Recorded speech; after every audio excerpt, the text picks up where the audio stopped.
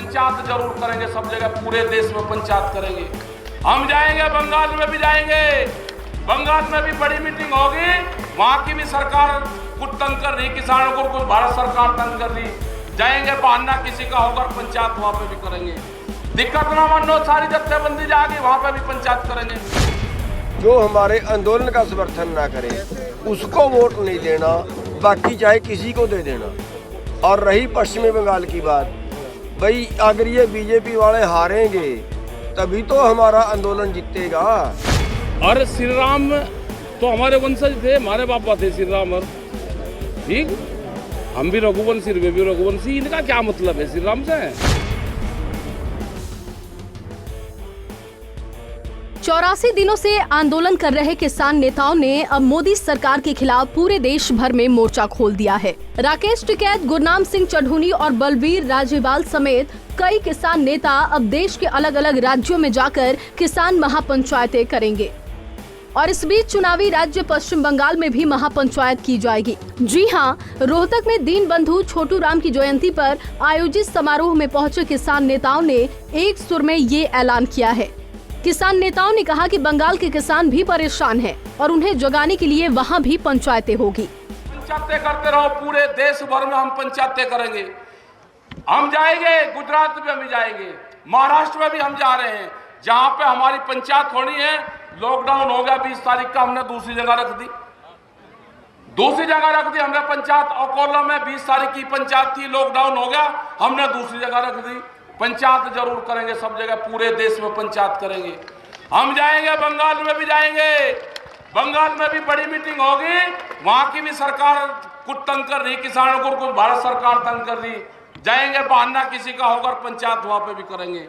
दिक्कत ना मानो, सारी जत्थेबंदी जाएगी, वहां पे भी पंचायत करेंगे। ये तो रेल चलवा दो, पंचायत सब जगह होगी, और इन्हीं पंचायतों से ये भारत सरकार फैसले करेगी। उधर इस समारोह में पहुंचे भारतीय किसान यूनियन के प्रदेशाध्यक्ष गुरनाम सिंह चढ़ूनी ने भी बंगाल में जाकर किसान पंचायत करने का ऐलान किया।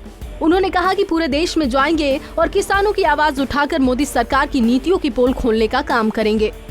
चढ़ूनी ने इस मौके पर यहाँ तक कह दिया कि लोग उसे ही वोट दें जो किसानों के साथ खड़ा है।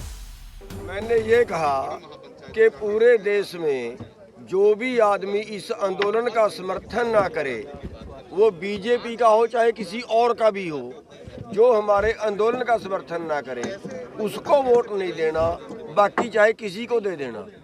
और रही पश्चिमी बंगाल की बात, भाई अगर ये बीजेपी वाले हारेंगे तभी तो हमारा आंदोलन जीतेगा।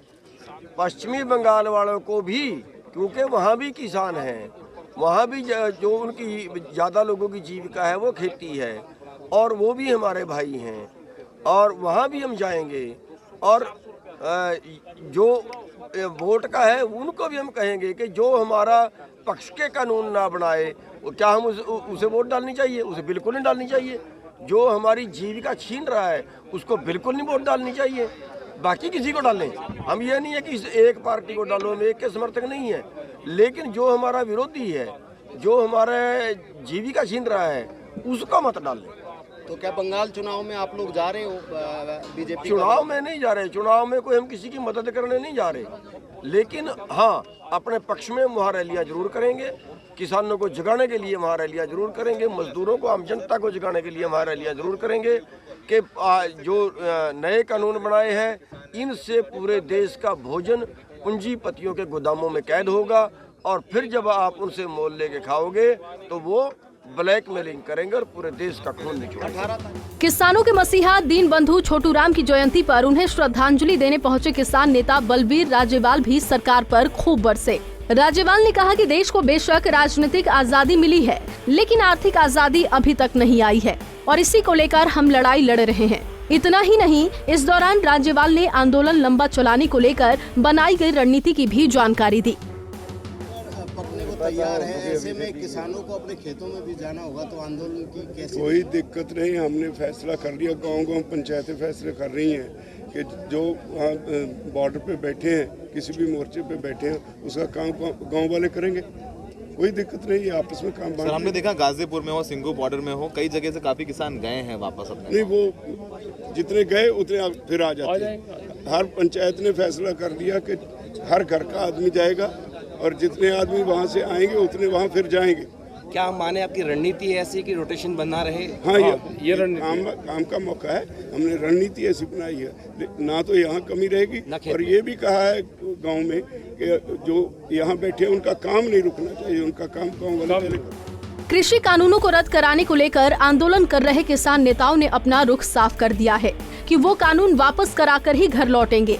हालांकि किसान आंदोलन में अब श्री राम और हनुमान जी का भी जिक्र होने लगा है। ऐसे में आज राकेश टिकैत ने विरोधियों को कैसे जवाब दिया वो भी सुनाते हैं।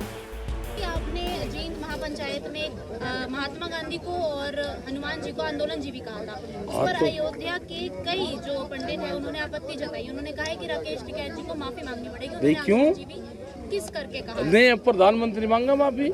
हनुमान जी भी तो आंदोलनकारी थे और महात्मा गांधी भी आंदोलनकारी थे और राज्यपाल जी भी आंदोलनकारी है, चुटुनी जी भी आंदोलनकारी है और जो सरदार भगत सिंह थे वे भी आंदोलनकारी थे। जिसने भी अपना काम छोड़ के देश के लिए आंदोलन करा, हनुमान जी का वहाँ रिश्तेदारी थी कोई श्रीलंका में, क्या था उनका? दूसरों के काम के लिए तो गए थे, तो वे भी आंदोलन तो करा उन्होंने। मतलब औरत किसी की गई और पूंछ हनुमान जी की जड़ी, ठीक है, तो वे आंदोलन जीवी तो थे। तो जिन्होंने उनके बारे में कहा माफी भी मांगेंगे। और श्री राम तो हमारे वंशज थे, हमारे बाबा थे श्री राम, और ठीक, हम भी रघुवंशी, वे भी रघुवंशी। इनका क्या मतलब है श्री राम से?